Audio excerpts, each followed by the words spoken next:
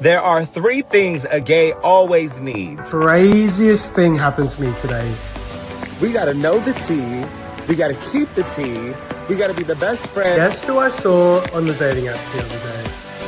I'm so glad that phones cannot talk, because if my phone could talk, the secrets that it would tell. Wow. I really was blessed with good looks. Like, look at me.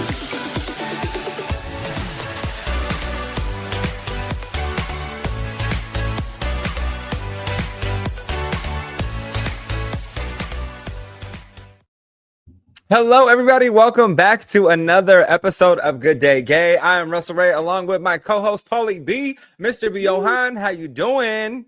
I'm good. How are you going? I'm good. I have to say, your intro kills me every single time. It's like, I'm really good looking. And it's so bad that I literally always think that. Like last weekend we were in Mardi Gras, and I don't know why I just say this shit. Like I literally just say to my friends all the time, like, I'm really the main character. Like and then we're talking about me finding a man, and I'm just like, I think if I found a man, he would have to be like the supporting role, but also not like the Ariana Grande level supporting role, like a lower supporting role to me as the main character. Like, I don't know why I say stuff like that, but I just do. You're irritating. Get off. It's Pisces season, all right? It's my birthday. All right, girl, we're logging off now. Thank you so much, everybody, for logging into the show today. Okay, so today's episode, we're talking about being gay and a person of color and living at the intersection of both. Not only are we dealing with one issue on one side, we're also dealing with the other issue on the other side, but also we're dealing with the positives of both. So we're smack in the middle. As Paul is Filipino, I am Mexican. We do have a guest today that's coming on soon who is also a person of color. So we're going to have three different perspectives. We're going to talk to you about each and every one of them because we all have a different experience in this field. What has been your experience in the dating community? Yeah, I guess I just wanted to say, like, so obviously we're right off the bat of Mardi Gras. And, one of the reasons why I said to you, I think we should do an episode on this is because, so last weekend I went to Mardi Gras, and one of my mates in New Zealand, he was like, look, it's not really my thing, like, for an event that's supposed to be really inclusive, like he doesn't feel like he feels included, because he is a brown boy. He is a bit thicker than most boys, so he just doesn't feel included. Do you know what I mean? You know what? Anybody that doesn't like a thick boy does not know what they're missing how to eat. Is starving. And then like the other day, I was just scrolling through Instagram, and there was this guy that posted, his perspective of Mardi Gras. And this guy, I sent you the video. He is beautiful. Like he was hot. He was chiseled. He was brown. He was everything. Like he was hot. But he himself was saying like he experienced racism at Mardi Gras. And so I thought, although Mardi Gras, I love Mardi Gras. It's an amazing festival. It's such a like really good energy, and like it's just a really cool vibe to be in. But yeah, unfortunately, there is still racism in the community. And so, yeah, I just wanted to talk about that. In terms of my experience in the community, I think I said it to you before, like there used to be back in the day, people would really write on their like Grindr profiles, like no Asians, like no fats, no femmes, no Asians. Like people would actually have that written. It was also a choice on, did you all have Plenty of Fish in Australia? We did, but I didn't use Plenty of Fish. I think that was my first dating. I think that's like an old person. Okay, first of all, back the fuck up. Okay, and we know I don't be cursing on the podcast normally, but just no, you don't. In that, sir. But yes, on Plenty of Fish, that was my first dating app, and it asked you to list your preferences so that the algorithm could skew your matches towards that. And then it also asked you what you were not into. And then, which I was so baffled because I'm like, I mean, it could ask you if you were into thick, skinny, twinkish, just a variety of things. It was Wow. asking you ethnically what you were into, what you were not Yeah. into. Yeah. And I was just so overwhelmed that I just put non-applicable for like both, like all three of them, Yeah. because I'm like, just give me Yeah. everything, because we all know I love a wide range of Well, even everything. like, Okay, yeah. I minus. This is gonna be so Oh bad. my gosh. I just can't. I can't. We got to be the same size. We got to be thicker than me. There's a certain level that I just cannot. Look, and as I've said before in the pod, there are nothing wrong with twinks. I myself do like a twink. Like, I have a wide range of like preferences as well, and twink is on the preference card. But yeah, I guess like even talking about, you know, setting your ethnicity on Grindr, like for myself as a Filipino, you know, there's an Asian option and there's also a South Asian option. Whereas I'm kind of just like, give me the Filipino option. Like, where's Filipino Grindr? But yeah, you know I what's feel funny like, is like just in general, when I'm filling out documents for myself, it's like non-Hispanic, but there's no category, like a specific category for Hispanics or like Mexicans or, you know, just Central or Southern Americans. yeah, okay. So it's just all Even at CVS, it'll say like race and ethnicity, and in one of the two categories, they're just non-existent. It says you have to click other. So I'm like, bitch, I am none other than the best. Okay, literally, I'm the main character. But like, it's offensive. Yeah, and like, I guess okay. So I feel like back in the day when I first started going on Grindr, like what was that? 20? I don't even remember Grindr. But I feel like people were very vocal about their preferences, saying things like "not into Asians," blah blah blah. Whereas now, my experience, you know, it's not that people say it. I think it's just that you feel it. I remember seeing this one meme where it's like, so the straights will never know the feeling of sending a face photo and then never getting a response back on like a dating app or whatever. So I guess my experience sometimes these days is, you know, I'll see profiles that I'm attracted to and it will say something like into Asians. And so I'll be like, hey, and then I won't, hey, call me. And hey, and then no response. So I'm like, oh, okay. So you're maybe not into thicker Asians, like into muscular Asians. You're not into brown Asians. You like more of the you know, the Chinese looking Twinkie Asians. Like, is that what you mean you're into? Like that, because you know, when you I say Asians, like here in California. Yeah. So, but yeah. Yeah, and I guess the other thing I wrote about that as well was, and it probably isn't related to race or anything, but there's been times where I've said hi to people on the apps, just like, hey, and then I'll get a, hey, sorry, not my type. And then a few months later, I get a, hey, from the same profile. And I was like, how did your type change? How did your type change in 3 months? Like, how does this work? But also, don't hit me if you think all of a sudden I had a glow up, because I looked just as good before. And if you really think you're gonna slip into my DMs now, you're definitely gonna get blocked and blasted. I'm gonna screenshot, put it on my story, and everybody's gonna know who you are. Okay. No, I'm gonna respond. I'm petty. Whereas I'm gonna respond like, hey. No, girl, screenshot it, send it to me so I can put it on my story. Be like, yeah, I'm playing with my friends' emotions. Yeah, you're doing that, and then in the background, I'm just like, hey. You're like, don't mind anything that he says. I'm so into you. Oh my gosh. Okay, tell me about your experience. Tell me about your experience. So mine, I've noticed that being Hispanic is a lot, like, it's fetishized a lot in different ways. Like, okay, yeah. And when I don't have a thick accent, it's an automatic turn off on the other end, right? So it's like, oh, aren't you Hispanic? Why don't you have an accent? And it's like, well, I'm like second, third generation. So what? Like, you know what I mean? So like, people on these apps want you to have like a Central American, Southern American accent. Yeah. But also, I've been called white boy a lot on dating apps. And I'm like, your features I'm just light skin Mexican. Yeah. You know what I mean? Yeah.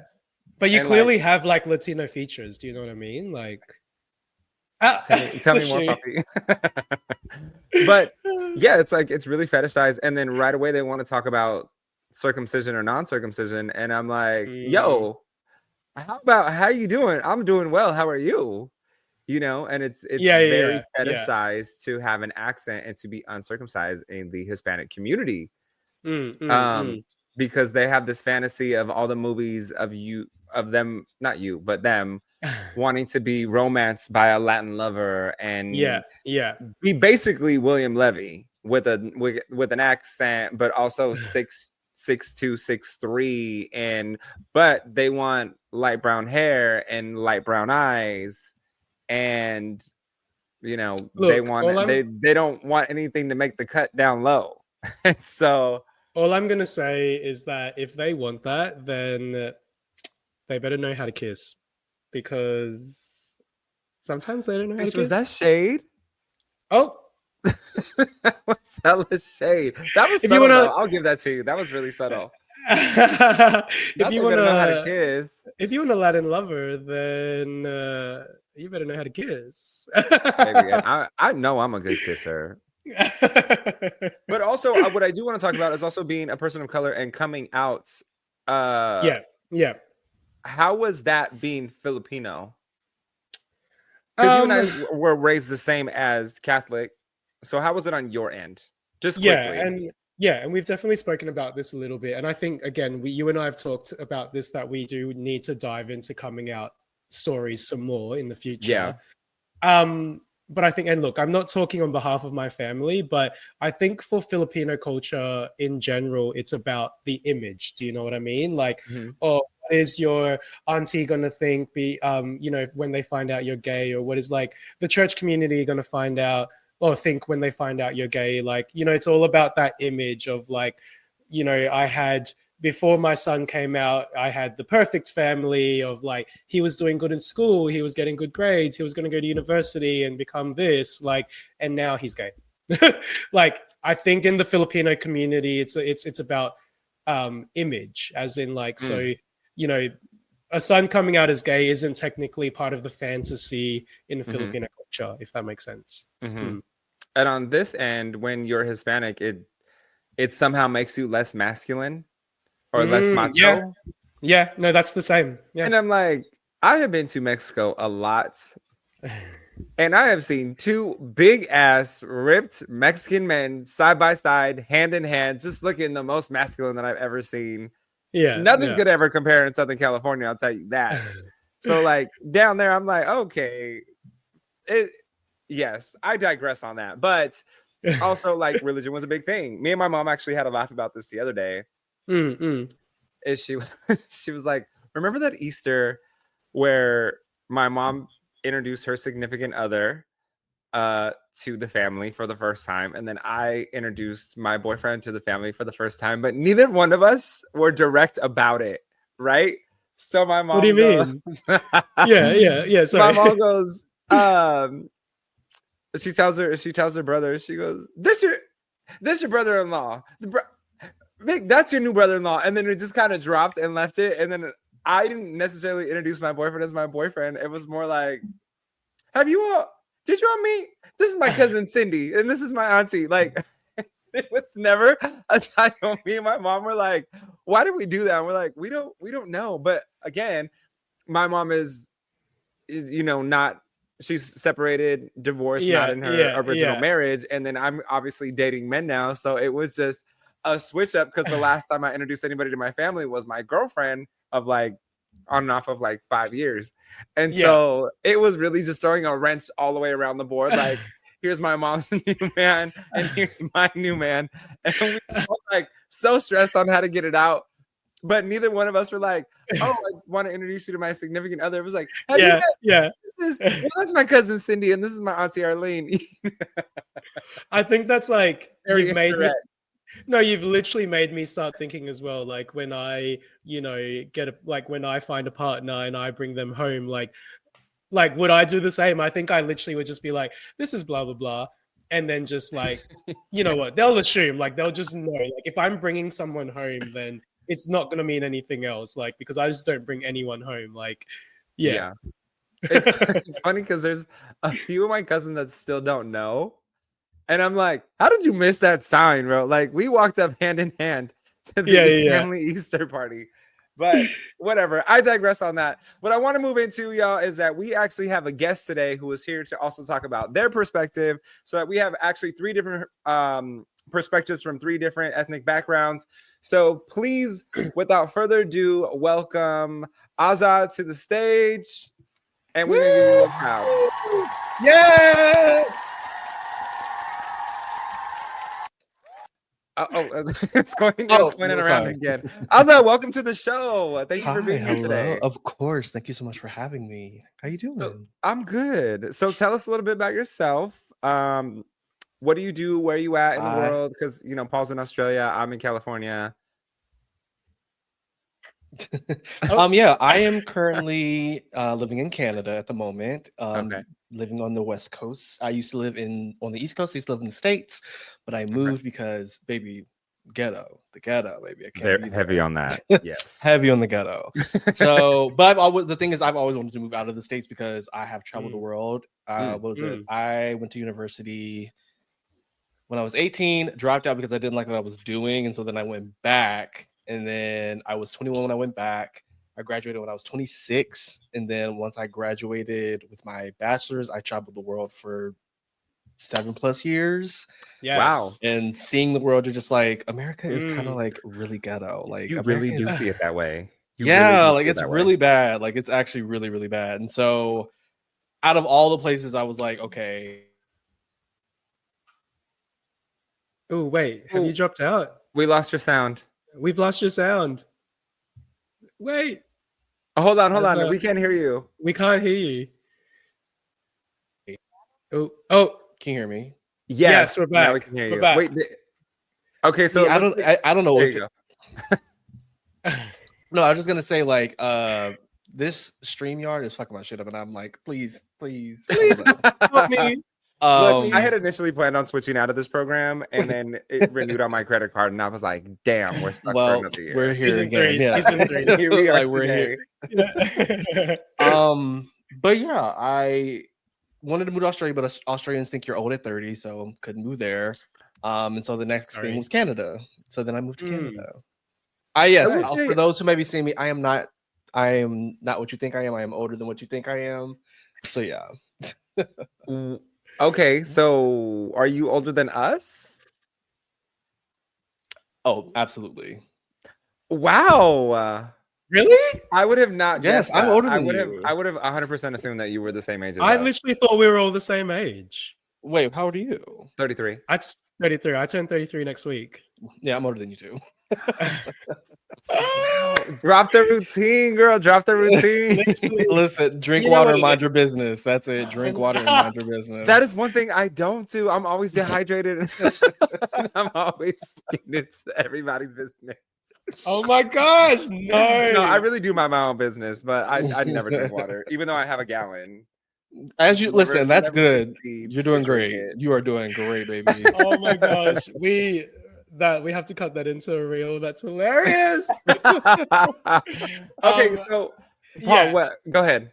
I was just gonna say, like, I think one of the reasons why I wanted to invite you onto the pod was because, you know, I guess the 3 of us, we all come from different, you know, backgrounds: Asian, Black, Latino. We've all traveled the world. We've all lived in our areas like the US, Australia, Canada. So in a sense, we've experienced being gay and queer in other parts of the world, in our part of the world.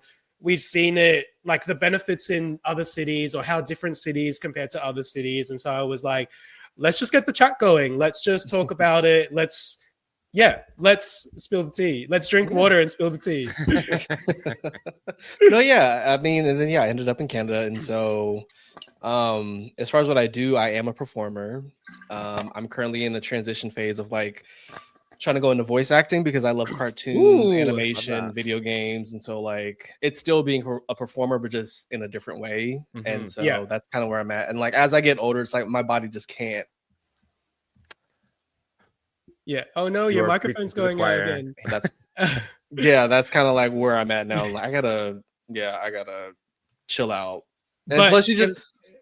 Go I was ahead. just gonna say, like, watching you dance, like when you post like your dance on like Instagram and everything, I'm just like, get it, like, yes. That's the thing, is like, if I want to, this is the thing, is like, if I wanted to, I could go back and do it, but it's just like, I want to take care of my body as I get older. And it's like, you can't do it forever, and that's okay. But like, that's why I'm trying to transition into voice acting. So that's kind of what I'm doing now, is like transition into voice acting. I got an agent here, so it's like, that's made life so much easier. That's also why I moved to Canada, because the talent agency I wanted to be with is located in Canada, and like I got in with them, and like once I got in with them, I just have been working consistently, and so it's been great. Wow. So yeah. So do they book you both in Canada and in the States? Only in Canada, which I'm Only okay with, because again, keep that ghetto-ness. Okay. Very. Yeah, There is a lot going on. Let me tell you. Hold on. Let me just tell everybody who's listening. When you travel the world, as all three of us, now that we've established, I've been to Paris, I've been to Italy, I have been to Zurich, I have been to Australia, I've been to Canada, I've been to Central America, I've been to South America.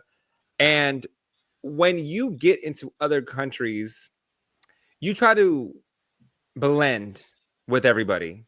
Yeah, you try to not stand out entirely. You try to really kind of just take on what everybody else is doing, like they say, quote unquote, when in Rome, right?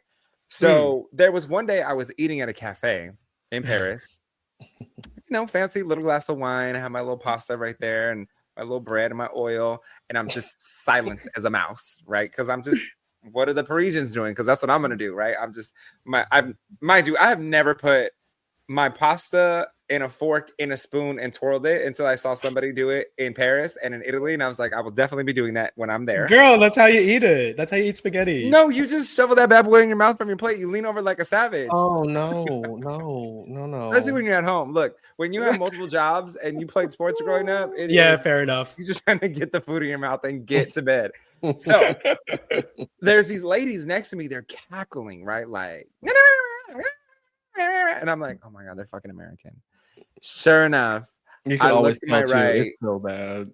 I look to my right and I'm like, looking at them like, you want to tone it down a little bit, right? Like I'm looking at them, like giving them the look, like you're being loud and obnoxious. Yeah. And I would never eat that here. I would just, that just doesn't even compare. And I'm like, girl, shut up. Like everybody at the cafe is looking at you. And I'm like, literally, this is why the world looks at us the way that they do. Yeah. Because we think we're better than. We're really not. We're just different. Which, coming back to our conversation today, is like people think that there's this mysteriousness about being a person of color, and that it's not. We're just different, but everyone is different. You know what I mean? Like we just put a little bit more flavor on our foods than most people. Yeah, we do. We take care of our skin, and we don't look like. Okay, we're not looking 50 in our 30s. You would never know that I'm 57. Right, exactly. The tea in this chat right now. The tea. So, what has been your experience? First of all, are you currently dating? Are you single? I currently live with my partner. We have been together for almost 2 years. If you see him like walk by, that's his little fine ass. Okay. I was gonna say we want to shout towel out. Or no towel? But yeah, that's I met him right before I moved here. But it was like, it wasn't even on Grindr, it was in person. It was yes. And so we lost you. Oh, there you go. I was on vacation from the cruise ship. Yeah, it's again, I don't know if it's StreamYard. I'm like trying to keep it in check. I'm so sorry. No, you're totally fine. But yeah, I just don't want you to have to waste your breath if you don't have to. No, yeah, I appreciate it. Thank you. What was it? I had taken a vacation from cruise ships because I had did 2 back-to-back, and so they were like, you can't be on the ship for longer than a year. You have to take 2 weeks before you can do another contract. Yeah. And so I took my 2 weeks, did my 2 weeks in Vancouver.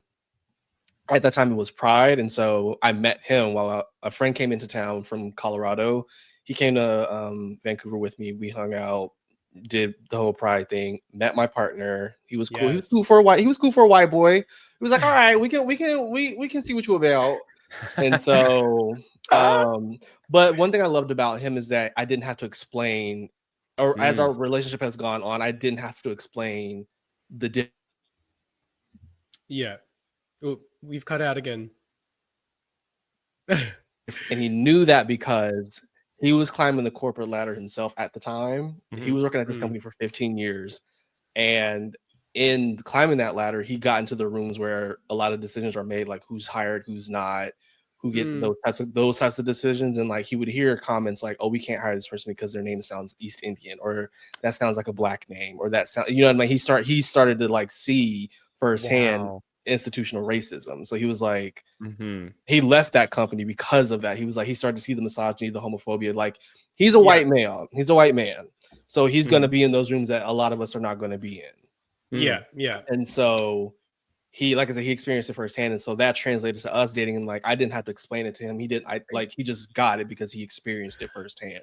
Yeah. And I just want to touch on that as well. Like, obviously want to hear your point of view, Russ, too. But I know when I was dating my ex, you know, after we broke up, we still tried to keep in contact and we still tried to be friends. But I always found like I had to explain a few things to him, to say like, you know, I hate saying it, but it's a Filipino thing. Like it's an Asian thing. Like, you know, like, I don't know if you understand it, but this is just a Filipino thing. Like my mom, you know, doesn't exactly want to introduce you as my boyfriend right now. And I know that that sucks and we're going to work on that, but it's just a Filipino thing. Like, do you know what I mean? Like, and so I find it really like touching that you've met someone that is white who you didn't have to explain anything to them. Like, it's just, it's your story and you don't have to justify it. Do you know what I mean? Yeah. It's your experience and you don't have to justify it. And I think that's, like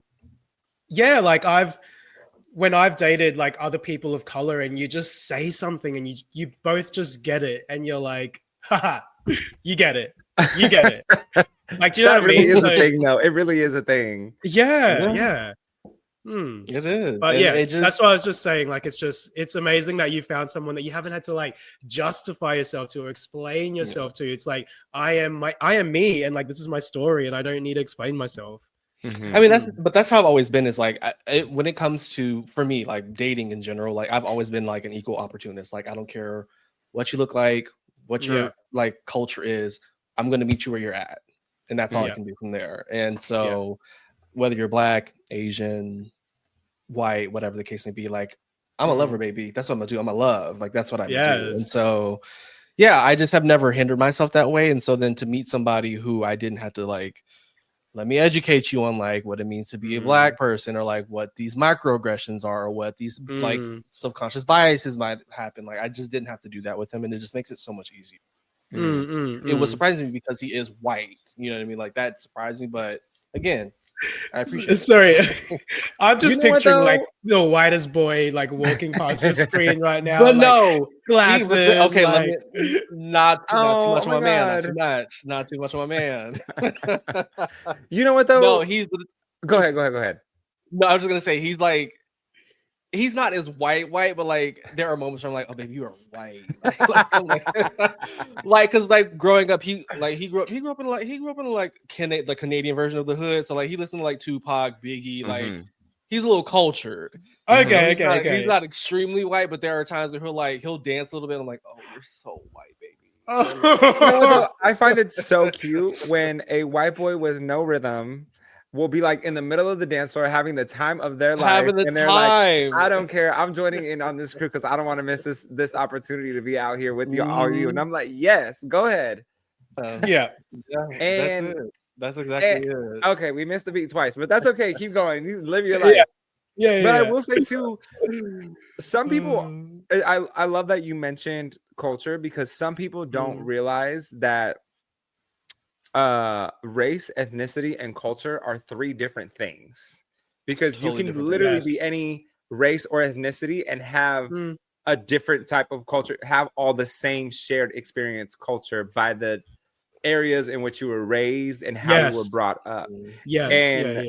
Right away, and I notice it with like, you know, our own people, like that we might jump down someone's throat like, well, you don't know what that's about, when they're like, actually, I was raised in the hood of 7th Street of, you know, such and such city, and you're like, oh, okay, you get it. You understand. You know, and then I'm like, I'm my bad. I'm sorry. My bad, girl. My bad. Apologies. You know what a good taco is. Yes. Okay. But look, because there is no type of birria tacos oh, or I just want to name all of them, or carnitas, that like you're just like when someone gives you a recommendation, Oh, like I've had plenty of at one of my jobs. It's like, oh, you have to try this place, it's amazing. And I'm like, this was not it is. Tex-Mex is not it, y'all. Like, I love my Texans. I love my Texans, but like, don't ever recommend a Tex-Mex place to me. I do not want it. It's just like half-assed Mexican food with cheese smothered on everything, and it's like just cheddar cheese, and it's not slapping the way that needs to. So, but yes. So, going back to our conversation, because we go on tangents a lot. Culture is a big thing, and it's important to understand these cultures. When you were on the dating apps, if you were ever on the dating apps, what was your experience like? Was it a positive experience? Was it because I know you said you traveled around for 7 years, so what was did you notice any differences while you were traveling around the world? I think it's a little different for me because I am Black, and so there's that stereotype of the BBC Dom top, like that whole thing. And it's just like, with me though, when I was on the apps, I was very much like, baby, I'm a bottom. And I would be upfront, like, I do not have a BBC. Do not ask. It's not here, baby. It is not. I'm not what you're looking for. It's not. You're not getting that from me. Did you put that on your profile? Because I know that I sure did. Yeah, you wrote it down on your profile. Yeah, because I remember like I'd see some people's profiles that say, "Don't ask to see my BBC. Don't ask me this. Like, just ask me how I am." Like, I literally see that on some profiles as well. The sad part is like you have to do when you're a person of color, especially a Black. Oh no, you're cutting out again. We lost you. Yeah, we've lost you. I don't know what it is. There you are. All right. I don't know what it is. I don't know what it is. Yeah, sorry. So you're saying as a person of color, as a Black person. As a person of color, you have to put it out there from the jump because that's all people will reduce you to in these spaces, just the size of your dick. And it's just like, especially when you're a black male, that's all that's all you are to them, is just something to be fetishized and like to conquer. And it's like, it's so gross. And so for me, and I'm sure a lot of other Black men, gay men, they have to like say from the jump, don't ask. I don't have it, or if you do ask, I'm not interested. Like, you just have to be upfront from the get-go, and that's what I did. And so I think, I was just gonna say, because like Russ, you've shared like what Latinos are fetishized for, like Azza, you said it as well. So I guess in terms of like Asians, like we're fetishized for just being like massive sub bottoms, like submissive bottoms. Do you know what I mean? Like that's just what Asians are fetishized for, and. Like why? Yes, why do we? Where did these fetishes come from? Do you know what I mean? Like who started this fetish? And most importantly, who put the stamp of approval on this? Like, yes, that's a thing to ask. Well, the problem is you'll have people who are people of color who will they'll accept that type of behavior. They'll learn it. They'll like and the thing is there's a difference between a kink and like. Yes. Good point. And being subjugated to that just because you want to feel something or you want to be wanted or desired. Yes. It's totally different things. And so other than I can only speak for me and what I think and what I believe. And I think those are the people who are more on the side of like, I just want to be loved, or I just want somebody to like have sex with me, will accept that behavior. And then those people will go off and think, oh, well, this person like this, so clearly that's okay. And like, I think that's where it just like trickles down that way. That's what I suspect, but I don't know if that's true. Yeah. This is what I. Oh, we've lost you again. Not the StreamYard. Oh no, we've lost you. Did you lose me? Oh, you're back. You're back. Oh my god. Okay, that's all right. I don't know what it is. Really. I'm sorry, StreamYard is in America. All right, better yet, StreamYard is in the States. That's how I should probably vocalize that, because people always ask me if I'm from America, and I'm like, well, no matter if you go north, south, or central, yes. I'll be like, and what's crazy? And they'll be like, well, are you American? And I'm like, yeah, that's in Central America. And they're like, well, you know what I mean, American. And I'm like, no, I don't. Please elaborate. Please let me know. I think if you go south, north, or mid, you're all gonna be American. I just want to touch on another thing that you just said. You were talking about the difference between whether something's a kink or whether you like genuinely want to feel like that. And in the past few years, I've had to find myself like checking myself, if that makes sense. Like, because I think, so when I first started dating, I definitely was, conditioned to, because it happens in the world, right? This is what's happened. Like, we've been conditioned, especially in the countries that we're all in, like Canada, Australia, the US, we're conditioned to think that white is the best. Do you know what I mean? Like, white is attractive, white is what you want. So when I first started dating, I definitely was attracted to white boys just in general. And then, as we discussed, like there is a lack of flavor there. So then I started, exploring other people of color. And, I am quite attracted to Latinos and Black guys. But there was a point in time where I had to check myself. Like, am I genuinely attracted to this person, or am I attracted to their ethnicity? I am very aware of that now. So I try to be like, you know what, I am attracted to this person. It's not because of their ethnicity. I think they've got a handsome face. They've got, beautiful conversation. They're a beautiful person. And so I think it's that, like, again, like if you're into people of color, like just think to yourself, like, is it because of their color, or is it because of who they are as a person and what they can bring? Like, yeah. And that's just my experience. I've had to literally stop myself and be like, Paul, like, it's not just because of their ethnicity. Like, why do you like this person? Like, yeah. And I think my biggest issue is when people use the word preference. It's like, I hate when people use that word incorrectly, because when you say you prefer something, you're like, yes, I prefer this, but I'm also willing. It's okay. I always put it this way. When it comes to ice cream, you're like, yes, I would prefer vanilla, but oh my gosh, you're out again. No, I'm just saying, like, you're literally raising so many good points right now. And then StreamYard's just like, no. We don't want to talk about this in America. We don't want to talk about this in the United States. Cut the mic. Get her out of here. Cut the mic in the United States. And I'm on my end like, where's the error happening? No. You're just like talking about ice cream. And I'm like, yes, spill the tea. Like, sorry, okay. The ice cream. But no, like, yeah, like the best way I can put it is like, when it comes to preference, it's like when it comes to ice cream, you're like, yes, I like vanilla, but I would prefer to have vanilla. But if chocolate and strawberry or nutmeg is all that's available, then I'll take those three and I'll be just as happy. You know what I mean? Like, that's what a preference is. And so I hate when gay men use the word preference. I would rather you say, I exclusively only date white men. Save me the time and energy. Got it. Like, or save people the time and energy. You exclusively date white men. Got it. That's all I need to know. But when you say I prefer, you're like, you leave yourself open to I can, still message this. Yeah. Oh my God. No. I'm trying to keep it in check. Just keep but yeah, like when you say I prefer, I was like, just keep leaning like this. Right. Because every time you come up, it's like and can I just say as well, like, and this is another thing that I need to work on for myself, but there are times where I'll see someone, like I'll be in the club, I'll be dancing, or I'll be walking down the street, or I'll literally just be on the apps as well. And I'll see someone and I'll go, ooh, like that person is hot.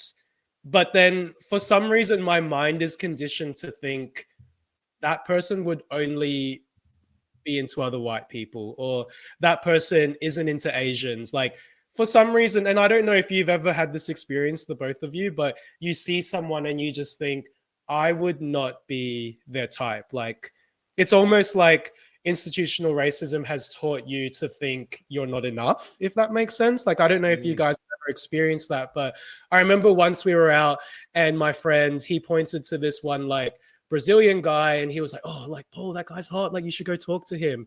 And then I just looked at him and I was like, I'm not his type. And he's like, what do you mean? And then I was like, I'll show you later. And then, like, throughout the night, he was only talking to white boys. And I was like, there you go. He only likes white boys. So, but you know what? You can usually tell if someone doesn't mess with anybody other than Eurocentric looking males, because that's what the crowd is usually running with. Like, that kind of reminded me of that time you and I were in Rome. Oh yes, sorry, I know. Here. And you're like, Sorry, Don't this talk is to me. Like, I'm so insecure. Do you know what I You're like, mean? Like, go talk to him. You can pull him. And I was like, bitch, me? I was like, little raggedy me, bitch. And yes, we then could have pulled him. and then when he snapped his neck, I was like, wait, hold on. And I was What there just like with my happened? drink, and I was like, I told you. I Literally, told you. you and oh my god, I'm drawing a blank right now. But you guys were like, I told you. And come to find out, he was very much into Latin men because I follow him on Instagram, and that's all he dates. But it's just like so California, when it comes to dating, it's a lot of Midwestern transplants to California, Los Angeles, who want other Midwestern transplants. Oh my god. In California, and it's like, why did you move over here if that's all you wanted? You should have stayed in Central America, or you should have stayed like in the Midwest of the States, And so it's frustrating when you're in the dating field, but also like when you meet someone that is of ethnic background, no matter what it is, there's just this certain bond that you have with them, and it's unspoken. I still have not been able to like put it into words. It's hard. It's hard.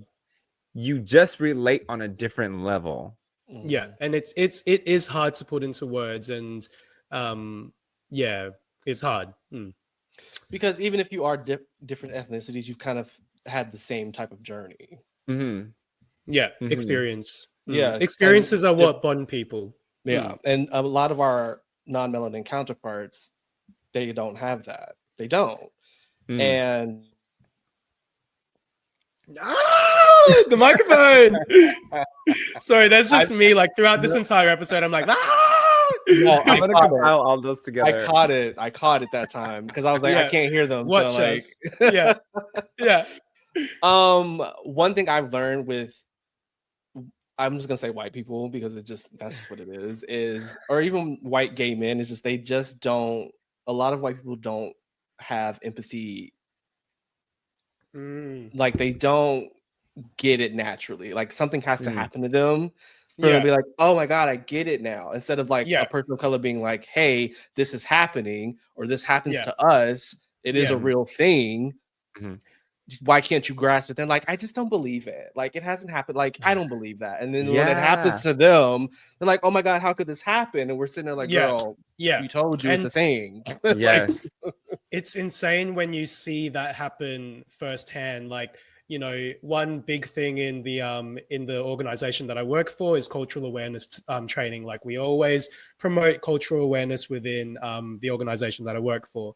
And I was in a training session once, and they put this video up where a person of color was experiencing racism. And then after the video played, they just looked to us as the group and they said, what are you guys feeling? Like that was a very confronting video. What are you guys feeling? And I was just like, I experienced this when I was a child. Like I'm not really feeling anything because I know what that feels like and all of that. And some of the other Australians within the room were like, oh wow, I didn't know that people like Indigenous people felt like that, or I didn't know that people of color felt like that. And I just like literally looked and was like, and then I was like, oh sorry, yeah, you wouldn't, sorry. The thing is, like, when you're the standard, when you are like at the top of the hierarchy across everything, you don't get like their type of adversity is like, oh my gosh, the waiter was so mean to me. Like, girl, grow up. Like that's not real adversity. Like you'll be fine. like meanwhile, I'm over here like I was mean to that fucking waiter because they had I walked in. Like even so far as like when white people are denied going into a university and they're like, oh, it's those Asians or it's those black people. It's like, no, baby, you just weren't good enough. I've heard that. And it goes into the DEI thing of like diversity, equity, and inclusion. It's just like, like no, baby. A lot of people of color had to work 3 times as hard to even get in the position that they're in. Yep. Like, let's talk about it. Wake it up. Like it's one of those things that I think white people in their mediocrity has Oh my gosh! Literally every time, like Sorry. when you're about to spill the tea, StreamYard just goes Like the United States is like, cut this podcast. Gays don't have rights. How do we cut this podcast right now? But no, see, it's fine. That's going Hi, by. Daddy. But no, when white mediocrity has been allowed to just thrive, and so when it feels threatened, it's like, oh, we got to get them out of here, and it's just like and so we understand, we get it, we know it's a thing, and we know it's an issue as to why people of color are like held down, because we know we just have to work so hard to get into these rooms and into these spaces. Yeah. So that when we are there, people are like, how'd you get here? It can never be, oh, you were qualified or you're overqualified or you were good enough. It's why you're in here because of your skin color, or you're in here because some the microphone. we feel sorry for you, so you were like, this is why you're in here. It's like, no, like this person was just good enough. Like it. Sorry, I'm gonna go in a little bit. No, it's okay. I promise I'll shut up. I promise I'll shut up. And that's where I want to go. Like, so one, I'm conscious. I'm conscious about time, and I do want to get into oh no moments because I want to hear your oh no moment. But yes, this topic needs to be spoken about, and yes, we're going to talk about it again in the future. Season 3, season 4, season 5, like every season, we're going to talk about this topic and we're going to bring it to light. But I don't know. I also don't want to sound like 3 people of color just being like, mah. So let's give. No, it needs. But the thing is, it's not. It needs. That's to be what said. I mean. It needs to be said. But I also want to be like the 3 of us. We're fucking confident and we're fucking like amazing. So how did the 3 of us come out of this? Do you know what I mean? Like, how did we stand strong in like our identity and who we are? Like, I know for me, I'm proud to be Filipino. Like, I'll always talk about how proud I am to be Filipino. I'll always say that I'm Filipino. Yes, I'll always rag on, Eurocentric, non-melanated people and how they don't know how we feel. But at the end of the day, like, I push more so like that I am a person of color and that I am confident in who I am. Like, I really try to be that so that other people can be that as well, if that makes sense. Like, I don't know how you guys really stand in like your solidarity and stand in like the confidence of who you are. I mean, go ahead. No, go ahead. You're the guest. Guest first. Guest first. I was gonna say, for me, in the way I walk through life now, it's like I meet people where they're at. I just meet people where they're at, and so for me, I am who I am. I love me, and nobody can take that away from me. Like, the life I have lived and the experiences I have had have made me who I am, and like, I would never change any of those. And so, but I love me. Like, nobody can ever take that away from me, and so that gives me so much power. Like, I'm very empathetic. I'm a very sensitive person, but like, I will stand up for what's right. I will do right by people because I want them right to me. It's like, that's just my power, and so. But being Black as well, like, baby, I'm untouchable. It's just what it is. I'm like, there's just like, I just have like, but that just comes with like knowing who you are and being okay with who you are. You know what I mean? Like, you have to. A lot of gay men have a lot of work to do when it comes to loving themselves internally. Before, like, you have to heal inside before you can like truly stand in who you are and have like stand in that power. And until you do that work, you're always going to be searching for more, and you're never going to find it. You're just not. No, not my Pisces ass like tearing up right now listening to you. Just like, because it's true. Like, it's fucking true. Like, I 100% relate to that because, people always say to me, like, how did you become as confident as you are? And it's because I love myself. Like, I 100% love myself. That's why I'm the main character. I'm the main character because I made myself the main character.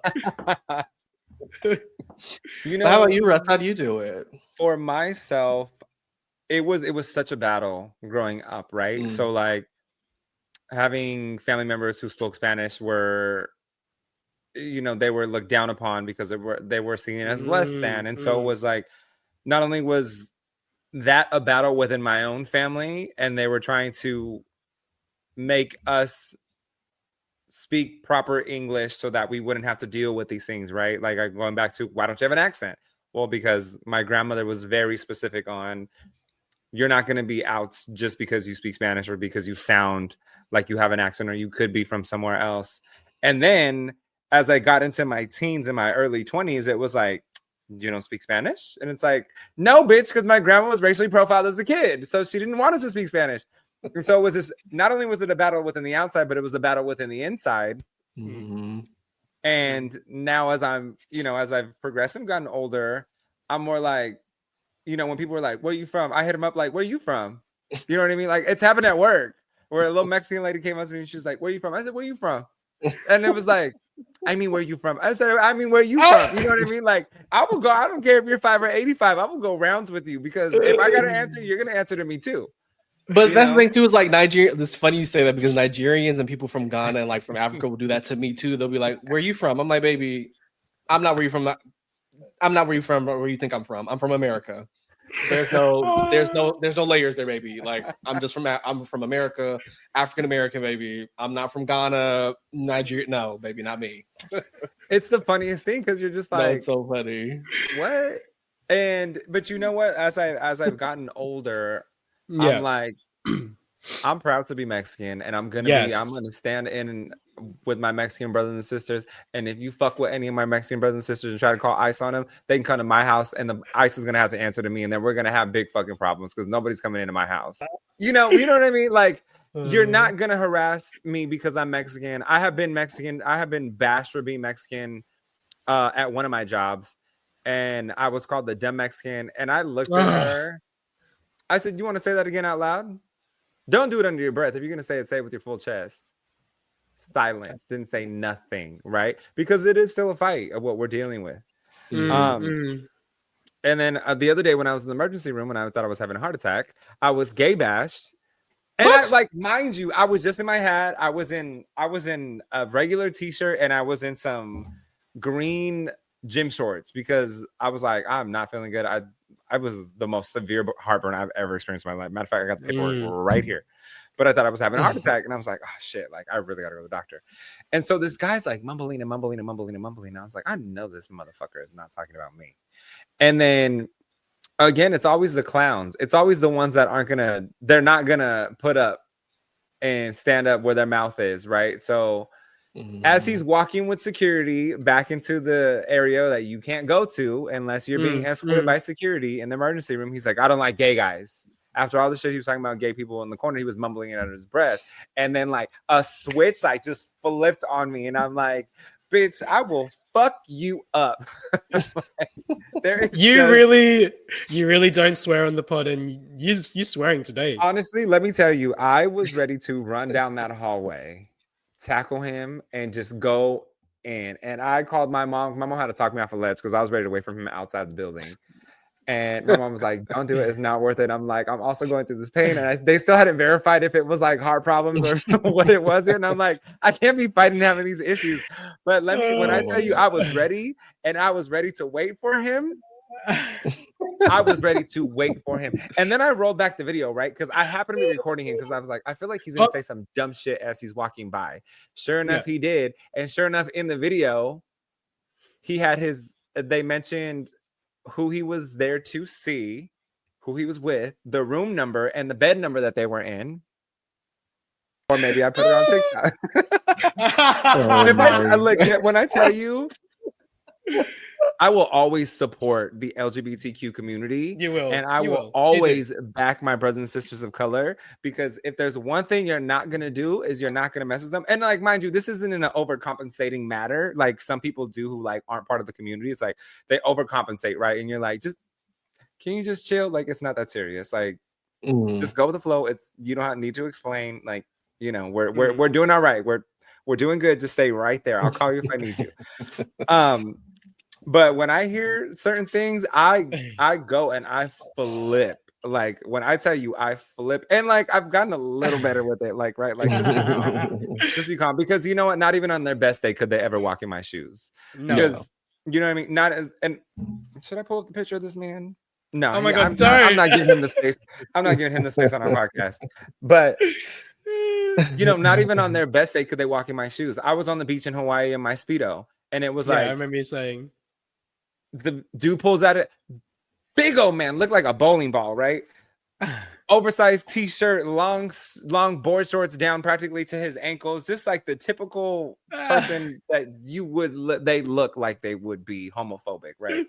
pulls out the camera and starts filming me. And I thought to myself, you know what? I'm gonna make this a moment. So I put my head in the water. I flipped it back. I know I look good in my speedo, right? I was walking, right? My chest is big. My booty is popping. My quads are starting to form out now. So I'm like, not even on his best day could he ever look like this. And I probably look better than his wife, which is why he was reporting me, because he's secretly gay. So if you let this just be a warning to anybody who's listening to this who might be homophobic. Do not come for us, because we are in 3 different countries and we will come back for you. We didn't send for you, so don't come for us, because we got 3 countries covered. You don't want none of this. Nothing but when we show up, all bets are off.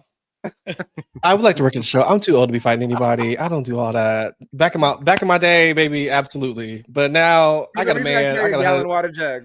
Right, listen, I got a man to get home to. I can't do all that. This is the dynamic of the 3 of us, right? Like Russ is there fighting. Azza's just like watching, be like, oh no, not again. And then there's me being like, okay, like how do we fix this? Like, what are the legal implications? Like, what are the being like the fixer, being like, I will say I've never ever have started anything. And I asked my best friend. Matter of fact, Marsha's online. She's online. But I've asked her, I'm like, dude, what is it? Like, why do people come for me? And she's like, I think it's because you look genuinely like a nice person that people think that they can step on you. And then when you flash on them, it baffles them and they don't know how to react. Yeah. And I'm like, well, just stop playing. I don't mess with nobody. I don't play with anybody. I stay in my lane. And when people get into my lane, it's just like, I'm like the little red guy from, what is that Disney movie, that Pixar movie that just came out, and he has like fire. Anger. Yes, I am hit. Like my top is blown, and I'm like, bring it, because I don't mess with anybody like at all. I really just mind my business. I go to the gym. I don't even converse at the gym. I keep my head down, like not in a bad way, but I'm just trying to get this workout in. And I'm trying to go home, and it's like. There's always someone that has to run their mouth. And I'm always going to be that person that's going to turn and be like, do you want to step a little closer and say it louder? It's like, just damn, mind your business. But I will say stuff like this only happens in the United States. I think I was hollered at. It's not as bad in Canada, honestly. In Sydney. No, Australia is fine. World as well. Pride. Yeah. I had it. I was in downtown and like, I was like slurred at. And then I turned and I said, get out the car. And then they kept driving. I was like, yeah, they only do it in cars in Australia. Yeah. They never want, you know what? Because, none of them can fight. That's why. And then how embarrassing would it be to get this kid rocked by a gay man? I'd be so embarrassed. Cut the cameras. Let me tell you, when my mom was talking me off the ledge, I said, Mom, I will ruin this. I could ruin this man's life. And she's like, I sent her the picture and she was like, oh, you could have definitely beat his ass. And I said, and you know what? It came across my mind. And then I thought to myself, my insurance might deny this claim. They'd be like, oh, he's fine. He didn't need to be in the emergency room. Like, beat somebody up. Oh my gosh. Oh my gosh. All right, I'm gonna take us into Oh No. That was my Oh No moment. Yes. I feel like my Oh No moment is a little bit. What's an Oh No moment? What's that? So every week we have. So in Australia, when something goes wrong and someone says "Oh no," oh no, we have our No moment of the week, where it's either something happened, we messed up on something, or something just didn't align the way that we thought it was gonna align. So I think it's like, my Oh No moment of the week was I got gay bash. Gay bash. No.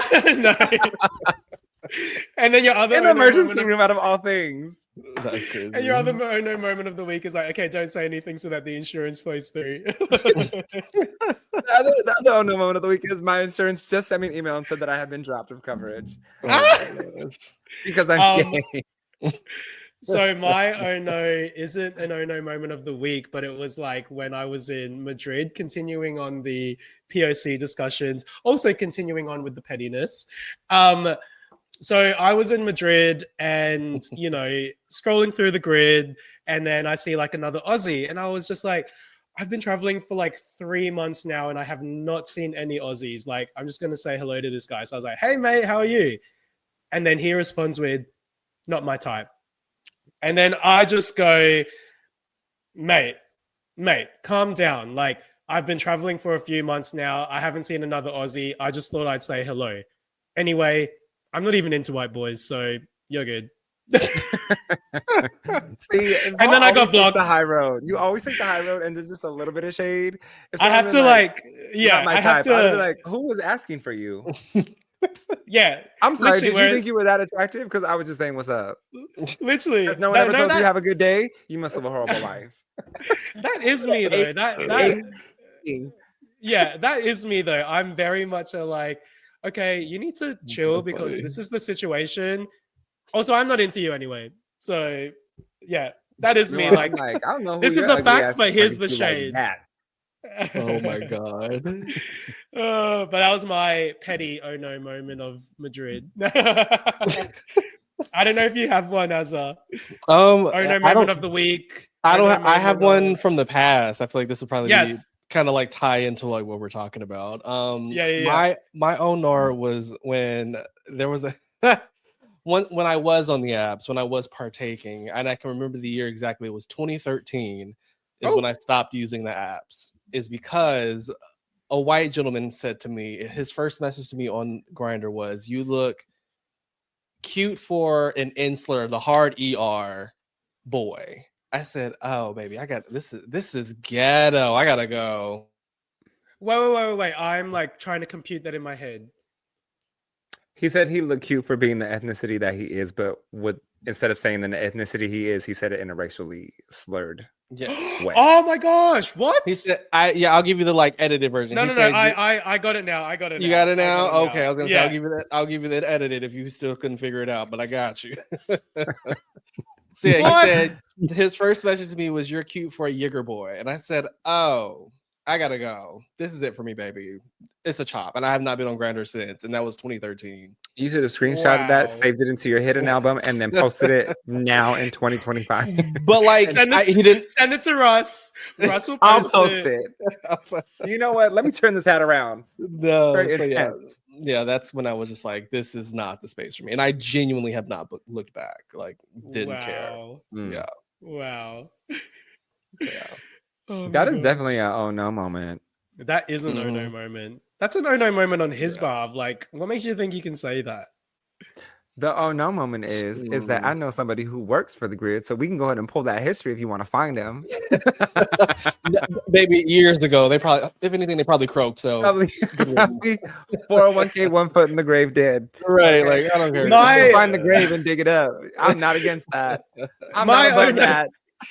My oh no moment is when I'm realizing that my friends are criminals. I'm not a criminal. I'm just down for the occasion. There's a difference. Exactly. There's Okay? right. There's a difference being a criminal and being down for the cause, baby. Okay. Burn it down. I'm not a criminal. If someone breaks into my house and I beat them up, that's on them. They shouldn't have broke in. Exactly. Okay. Exactly. They should have known that I had a water jug that was going to be coming at 20 miles an hour towards their head. It's crazy. That is wild. They should have known that I could have picked up a couch and hit them with it. That's on them that they broke into the house. It's not my fault I have accessible couch pieces that come apart.